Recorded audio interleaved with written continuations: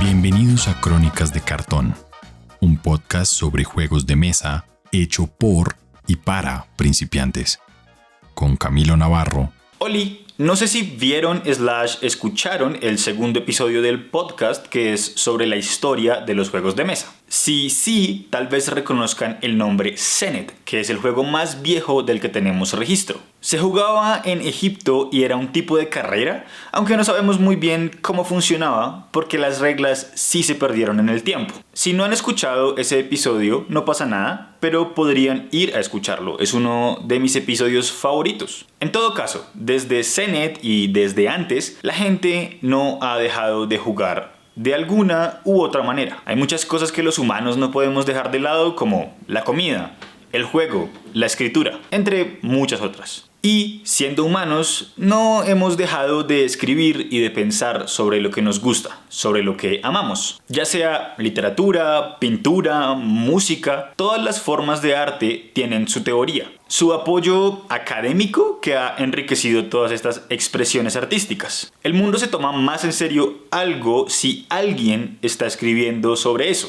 Si nadie hubiera dicho, no sé, que las pinturas de Jackson Pollock son un reflejo de su interior, solo sería un hombre tirándole de pintura como sin ningún objetivo a un pedazo de tela, ¿sí? Sea lo que sea, si alguien escribe sobre eso, se le toma más en serio. Yo creo que es porque si alguien tiene suficiente entusiasmo e interés para escribir sobre algo, aunque escribir teoría no sea la empresa más rentable que se pueda iniciar, es porque es importante. Los juegos de mesa no tienen tanta teoría o no es tan conocida, porque por mucho tiempo se les vio como ocio y ya, no se creía que pudieran aportar algo a la vida. Y pues en esta historia de nacer, crecer, no sé, formar familia, trabajar y morir, no dice jugar juegos de mesa para ser feliz. Pero como los jugadores podrán dar fe, es algo muy importante. Sirven como terapia, como herramienta social, sirven para mejorar la memoria, sirven para muchas cosas. Y si queremos que el hobby sea tomado en serio, nosotros, los jugadores, debemos pensarlo en serio,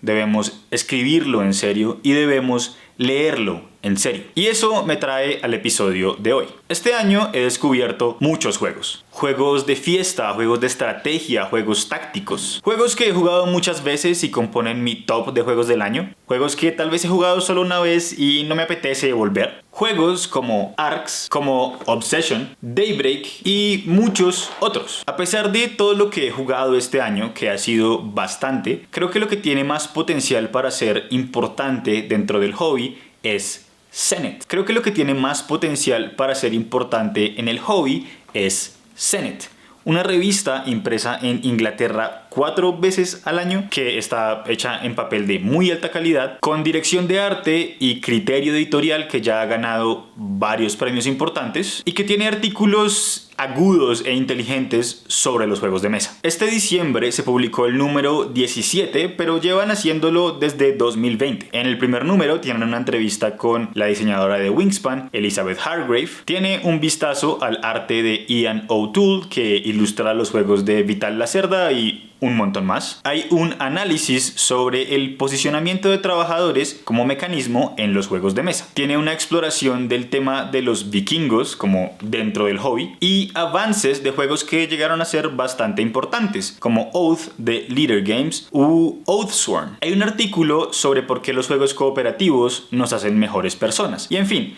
hay muchas cosas, pero pues no me voy a poner a enumerarles uno por uno todos los artículos de todos los números, aunque podría hacerlo porque tengo un Excel con todos esos datos, pero es más para mí, no quiero aburrirlos. Dan Jolin, el editor de la revista, me envió algunas copias y tengo los números 2, este es el 5, este es el 9, este es el 12 y este es el 16 que brilla. Y algo que me fascinó es que todos tienen la misma distribución. Voy a mostrarles aquí con el número 9. Al principio hay una nota del editor en la que habla como sobre qué hay dentro de la revista. Hay un índice también.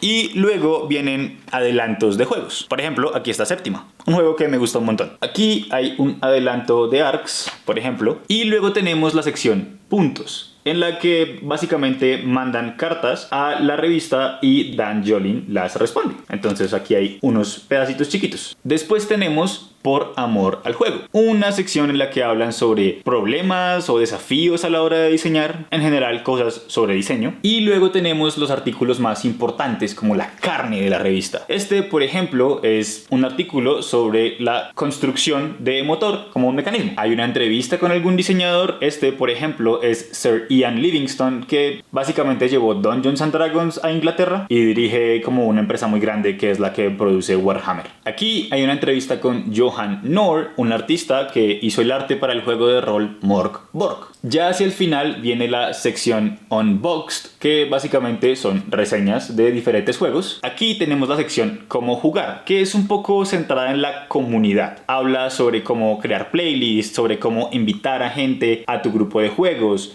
cómo organizar una noche de juegos. Cositas diferentes que pueden ser muy importantes para la comunidad, para nosotros. Y en la última página viene la estantería de la vergüenza. Aquí en este espacio alguna personalidad de los juegos de mesa, por lo general creadores de contenido, en este caso Tom Brewster de Shut Up and Sit Down, hablan sobre algún juego que pues nunca habían jugado y que tenían en su ludoteca por mucho tiempo sin estrenar. Esta sección de la estantería de la vergüenza me gusta un montón porque me puedo identificar. Aquí tengo varios juegos que no he jugado. Hay algunos artículos que me han generado más interés que otros antes de leerlos. Como por ejemplo, me generó mucho entusiasmo leer sobre la construcción de mazo como mecanismo en los juegos de mesa porque es mi favorito. Pero cuando vi el artículo sobre el rondel, por ejemplo, no me generó mucho porque no me llama tanto la atención. Pero la verdad es que a la hora de leerlos, de los dos aprendí mucho y los dos me gustaron un montón. El de rondel, por ejemplo, me quedó picando la curiosidad por probar más juegos con rondel, que creo que solo he probado uno, que es de Red Cathedral. Entonces digamos que eso es algo que quiero hacer ahora, y todo salió de Senet. Otro ejemplo es Sir Ian Livingstone, que no sabía quién era, pero como que me gustó mucho la historia de cómo llevó Dungeons and Dragons a Inglaterra, cómo escribió estos libros sobre como de elige tu propia aventura, y como fue una entrevista muy interesante y que no me esperaba que me fuera a atrapar. Con los artistas, por ejemplo, el que les mostré ahorita, Johan Nohr, yo conocía Mork Borg porque pues también me gustan los juegos de rol, pero no había buscado mucho del juego porque el arte no me parecía lo más relevante de Mork Borg. Pero leyendo la entrevista, él habla mucho sobre cómo mezclar el arte con el mundo y cómo tratar de reflejar todo eso a través de imágenes. Y la verdad quedé boquiabierto como con todas las imágenes que muestran aquí en el número 9. Por ejemplo, existe una ilustración del siglo XVI de un hombre que tiene muchas heridas infligidas por diferentes armas, y Johan Nohr lo que hizo fue agregarle sangre y no sé si se alcanza a ver muy bien, pero pequeñas letricas aquí como textico, que básicamente son las armas que se pueden usar dentro del juego y los dados que se deben rodar para que esa arma haga daño. Y pues la verdad se me hizo muy innovador. No es como todos los otros juegos de rol que las tablas de las armas son tablas con filas y columnas. Y sí, claro, esto es un mérito de Johan Nohr, por supuesto no es algo que Senet haya hecho, pero Senet me lo dio a conocer. Yo no tenía mucho interés en leer este artículo. Solo lo hice porque estaba preparándome para este episodio y para la reseña que le hice a Dan Jolin, que ya debe estar en vivo en YouTube o en Spotify o donde sea que escuchen Crónicas de Cartón. A lo que quiero llegar es que esta revista está tan bien escrita por sus contribuidores y curada por su editor, que aunque fuera un artículo que no quería leer, siempre me dejó buenas impresiones. Y hablando de impresiones, Senet está impresa en un papel de muy alta calidad, de verdad, como no sé si se alcanza como a escuchar, pero se siente como papel muy bueno. Con algunas revistas en general, yo cuando paso la hoja siento que se van a romper.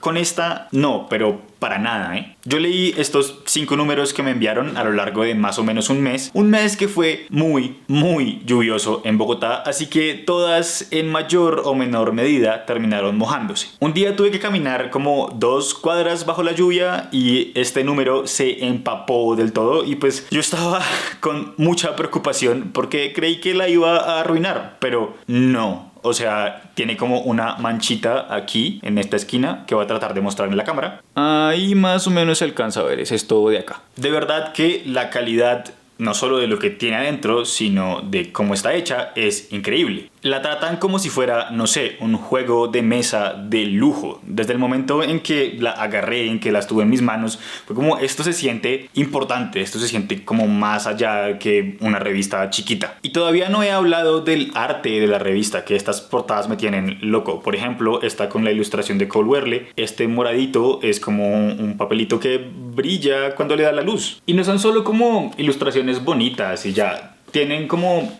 algo que ver con lo que hay adentro, con los artículos o con alguna de las cosas que viene adentro tiene algo que ver estas ilustraciones. Y pues no son solo las de afuera, las de adentro también son preciosas. Como esta que está en el artículo para los juegos en solitario. Y el arte no lo es todo, como están como dispuestas las cosas en la página es muy armonioso, nada pelea con nada, como que se entiende bien la jerarquía de cómo debe uno leer y cómo ir haciendo y desplazándose por la página. La tipografía Leon también es preciosa y tal vez yo le paro muchas bolas a eso porque es algo que me encanta mucho y soy como un nerd de las tipografías y de la diagramación y de todas esas cosas, pero Zenit se siente como una revista diferente. Lo que Zenit sí tiene de revista tradicional es que trae anuncios, publicidad. Y yo soy un fuerte detractor de los anuncios. Pago YouTube Premium para no tener que verlos. Pero claro, los anuncios de YouTube son como sin contexto. Simplemente alguien pagó para que yo los viera porque necesitan más ojos. En cambio, en Zenit los anuncios están hechos para la comunidad de los juegos de mesa. Aquí en el número 16, en la parte de atrás, el anuncio es sobre King of Tokyo Duel, un juego del que les hablé hace varios meses en Noticartón. Hay anuncios de Lorcana, de Star Wars Unlimited, de Disney Villainous. Aquí hay uno de cajas para guardar los juegos de cartas, como Magic y Lorcana y todo eso. Hay uno de Undaunted Stalingrad. En este hay uno de la edición para el 15º aniversario de Ticket to Ride, por ejemplo. Y aquí hay uno de Frosthaven. Los tolero, digamos que me gustan un poco porque son relevantes para el hobby, no son cualquier cosa que les dé dinero. Además no son muchos, máximo creo que hay 8. Y no están en medio de los artículos importantes, están al principio o al final, mezclados con los adelantos y con las reseñas. Que esas dos secciones, los adelantos y las reseñas, son las que encuentro tal vez menos gratificantes, o por lo menos son las más inconsistentes. Como estos números son de hace ya varios años, hubo adelantos que me emocionaron mucho, como el de Kanban, el de Frosthaven, el de Arx, Séptima, The Fox Experiment y muchos más. Pero hay muchos juegos que pues no llegaron a ser relevantes, entonces es como pues no me interesa mucho este juego. Para ser honesto, Zenit dice como sí, no son como la gran cosa, entonces tiene sentido que no hayan llegado a ser relevantes, pero sí hay cosas que pues no quiero leer porque ya pasaron muchos años y sé que no llegaron a ser algo importante. Espero que eso tenga algún sentido. Pasa lo mismo con las reseñas. Hay juegos que pues llegaron a ser muy relevantes. Hay reseñas de Ark Nova, de Red Cathedral, Oath, Bitoku, Slay the Spire, Sniper Elite, Undaunted y muchos más. También reseñaron un montón de juegos mucho menos conocidos, que me parece una tarea elogiable porque pues no todos son los juegos de Leader Games, no todos son los juegos de Stonemaier Games, no todos son estos juegos gigantes con miniaturas de Kickstarter. Pero hay juegos que, no sé, me intriga de por qué los mostraron. Creo que está bien porque hay que darle visibilidad a juegos más pequeños, pero sí, no me entusiasman tanto. Tal vez The Red Cathedral no fue relevante en el momento en el que salió, o Ark Nova, o Sniper Elite, pero no sé. Tal vez es como algo que viene con el tiempo, con el hecho de que estoy leyendo una revista y unos números de 2020, 2021, 2022. En todo caso, las reseñas y los adelantos me parece lo más débil de la revista. Y eso que me parece que están muy bien escritas, porque Dan Thoreau, que es uno de los reseñadores, tiene su propia página web y yo lo sigo y leo todo lo que él escribe y todas las reseñas que él hace y me encanta. También puede ser que tienen muy poco espacio para escribir una buena reseña, no sé. Pero en general, Zenit es uno de los mejores productos que me he encontrado en el hobby. Es un proyecto hecho con pasión y amor porque se nota. Pero es una empresa, entonces necesitan dinero. Zenit se consigue por 7 libras esterlinas, que son como 40.000 pesos colombianos o $9, más el envío, que son como otras 5 libras. Dependiendo también de cuántos números compren, porque todos están disponibles en la página. Se pueden comprar desde el primero hasta el número 17 que acaba de salir. También se puede comprar una suscripción de 4 números, que son los que salen en un año, por 28 libras esterlinas o alrededor de 160.000 pesos colombianos. Algo que me parece muy lindo es que Zenit ha tenido el mismo precio de 7 libras esterlinas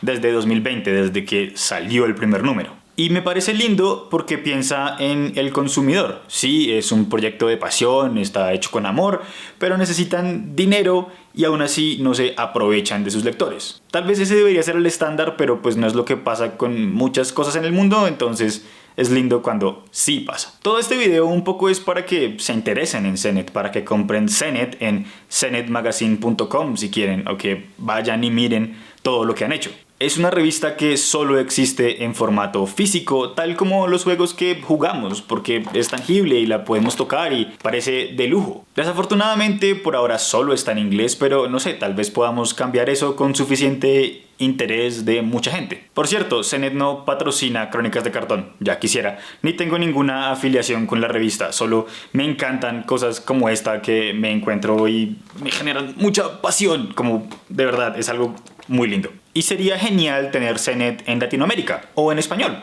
o las dos. Hablemos en serio sobre la industria de los juegos de mesa en los comentarios. Cuéntenme si conocen alguna revista parecida en español. Yo conozco la revista 2D6, pero está un poco lejos de ser Zenit. ¿Ustedes comprarían una revista sobre juegos de mesa en español?